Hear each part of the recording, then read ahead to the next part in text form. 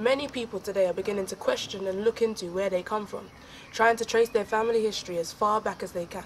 Humans on a whole have been traced back by scientists to early primitive life forms known as hominids from one country, Africa. But some questions into a person's roots don't need to be investigated that deeply. In this episode of Where Do I Come From, we'll be looking into the question of how people whose families originally come from the Caribbean are now living here today in the UK.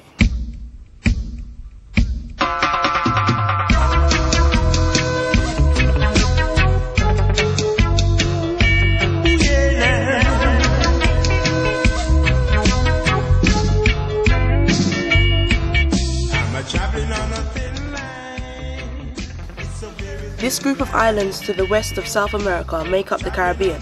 Both the islands and their inhabitants had lain undiscovered until the 15th century, when in the age of discovery, Christopher Columbus stumbled upon them, making their existence known to the whole of Europe.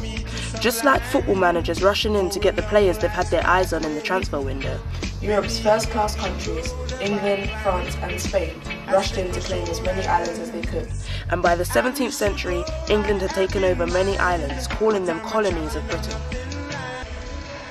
Of course, slavery was largely up and running by this time, and millions of Africans were brought to the Caribbean, where the Europeans used them to create profit by growing sugarcane crop, which could be grown on most of the islands. It wasn't a coincidence then that most of the first Caribbean migrants to the UK were slaves travelling with their master families in order to continue their service to them in England. These slaves were mostly the more privileged domestic slaves, as the hard-labouring field slaves were needed to remain in the Caribbean to keep work going on the large sugar plantations. Slaves lucky enough to be able to run away successfully from the plantations were also among the first Caribbean migrants to the UK. Runaways, if caught, were made to pay heavily for their activities. Some were given hundreds of lashes with whips or were mutilated by having a body part cut off like an ear. If they were frequent offenders, some slave masters would break both of the slaves' legs or even kill them. To avoid getting caught, many runaways attempted to leave the islands by ship. On the British-owned islands, these ships were mostly all headed in one direction, England, and so claiming themselves to be seamen, these men, known as blackjacks, formed the first grouped Caribbean existence in Britain's port cities: Bristol, Liverpool, London, Southampton and Hartlepool. After the abolition of slavery in the 19th century, the Caribbeans who were migrating to Britain changed from slaves to students, professional men, and basically anyone who could afford to. Many settled in the port cities where the seamen had already congregated. However, these migrants were of low numbers and remained relatively insignificant into the 20th century, until the outbreak of the First World War. Nicknamed the Great War, this was the first large-scale international war the world had seen, and both the Allies and the Central Powers needed as much help as possible in order to leave the war victorious. Britain began recruiting troops from the many colonies in the British Empire, and it is estimated that over 15,000 Caribbean men were recruited into the British West Indies Regiment. At the same time, many Caribbeans were attracted to the UK as jobs became increasingly available in the munitions and chemical factories. Many joined the Merchant Navy at this time as well, as the men who were originally part of it had been mobilised as part of the Royal Navy. However, when the war ended, this all went pear-shaped, as the returning British troops were looking to reclaim their old jobs, but some found them to be already taken by Caribbean migrants. The Second World War brought in a fresh wave of Caribbean migrants to the UK. Many rejoined as members of the armed forces, whilst others travelled to Britain to find work, yet again, in the munition factories and hospitals. However, it wasn't until the period after the war in which a large amount of Caribbean migrants arrived literally on Britain's doorstep. The Blitz had managed to flatten Britain's major cities and devastate industry, so once the war had ended, Britain then had to rebuild everything, but there was a large labour shortage. Britain needed nurses, drivers, factory workers and more for the task, and one of the first group of people to answer Britain's call for help were the Caribbean colonies. We interrupt this program for a special news bulletin. Arrivals at Tilbury. The Empire Windrush brings to Britain 500 Jamaicans. Many are ex-servicemen who know England. They served this country well. In Jamaica, they couldn't find work. Discouraged but full of hope, they sailed for Britain. Citizens of the British Empire coming to the mother country with good intent. Now, why have you come to England? To seek a job. And what sort of job do you want? Any type, so long as I get a good pay. Of course, work was a large driving force which led the migrants to the UK, but that wasn't the only factor.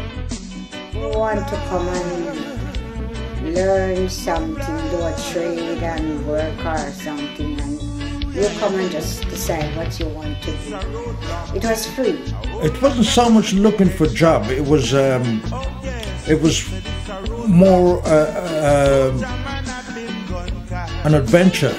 Really, the first ones were like pioneers, and they would come and set the pace so that the other ones would come over. Everything was so excited at the time, you know. We're going to start a new life. Well, I feel a bit sad, you know, to leave your country. You don't know what you are going to meet. I was excited to travel for the first time. London is the place for me. London, this lovely city. You can go to France or America, India, Asia or Australia, but you must come back to London City. Just as Lord Kitchener sang in his Calypso song, a lot of the migrants were glad to be travelling to England and were full of optimism about coming to the mother country. However, unfortunately, a lot of them found out that England wasn't all that it was cracked up to be. I mean, here we were very disappointed. We all were disappointed because of the place how we saw it. The chimney with the smoke coming out, and the houses there wasn't very nice. It seems somewhat dull to me. I have mixed feelings. I wondered to myself at one time, why did I leave into that? A lot of us crying and want to go back. We couldn't go back because we couldn't afford to pay. Life here with what in my mind I thought it would be. The two main problems that migrants faced when they first came over here were work and accommodation. When we just came for about a year or 2 years, yes, we were sharing one stove for 1, 2, 3, 4, about 5 of us have to use one stove. One bathroom, one toilet. Coming to England and found that the jobs that you went for, you couldn't get it, or what you felt you were entitled to. Job wasn't too hard to get, but it was very cheap.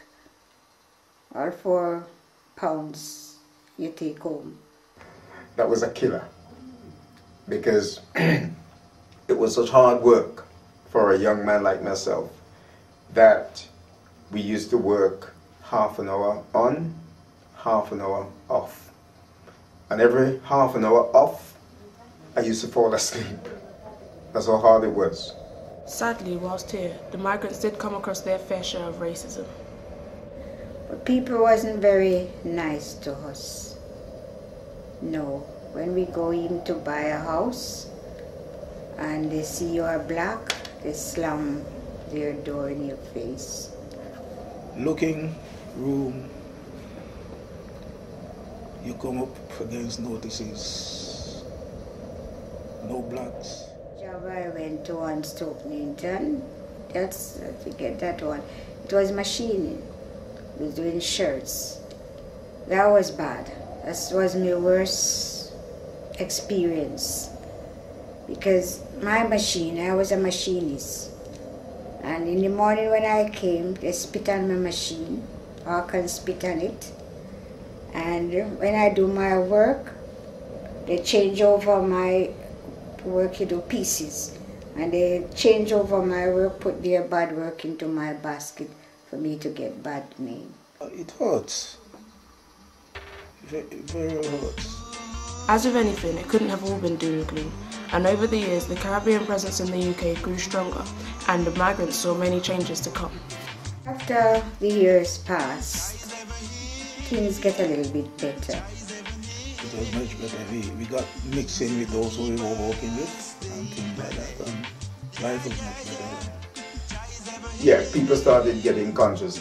I myself, even in the very early days, we started trying to set up things like association because we weren't happy about what was happening to our people and so forth. And we got together. This wasn't to say though that there wasn't any trouble. as was shown in the string of riots that occurred during the 80s. The policy, there used to be a law at the time, it's named SUS, which is what they used to do basically.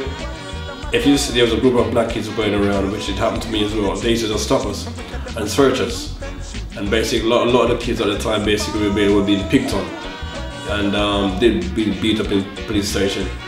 And because of that, you know, we did feel a bit uncomfortable with the police at times.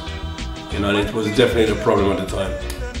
I remember once, for instance, there was a police station in Queen's Park, and it was a wooden police station. It was made of wood, it wasn't concrete.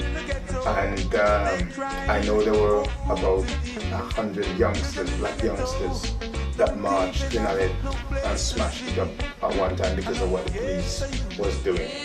And I wouldn't say that I did put down the youngsters for it. Well, my motive was basically, we just basically wanted the police to know really and truly we had as much rights as anybody else had been in this country.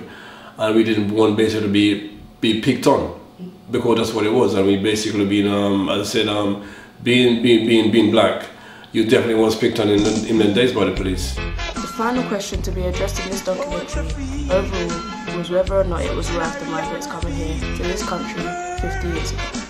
At first, I was a bit emotional and sad at the time, but now I'm growing to a woman. I'm very, very grateful for coming here, because here has opened my eyes, it's given me education, it's given me knowledge, and it's really helped me to improve in my life, which I was in Jamaica as a child. I don't think I would have had all these opportunities that I had here.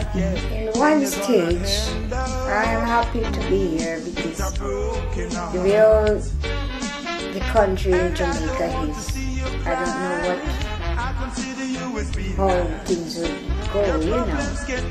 Yeah, it was worth it. Even though if you had your life again, you maybe would live it a little bit differently. Opportunities and so on. The unfortunate thing was that we didn't have anybody to advise us as youngsters when we came here. So anything you achieved, you did it on your own back. We didn't have any welfare advisors and all that sort of thing to help us. So therefore, a lot of us could have done much better if we had that guidance, because we had to do it. We had to fend for ourselves and we had to find out things for ourselves. Without a doubt, yes. It was worth it, yes. London is the place for me. London, this lovely city. You can go to France or America, India, Asia or Australia, but you must come back to London City. Well, believe me, I am speaking broad-mindedly. I am glad to know my mother country. I've been traveling the countries years ago, but this is the place I wanted to know, darling London. This is the place for me. Roots music, oh yes, keep you rocking, oh yeah, keep you moving.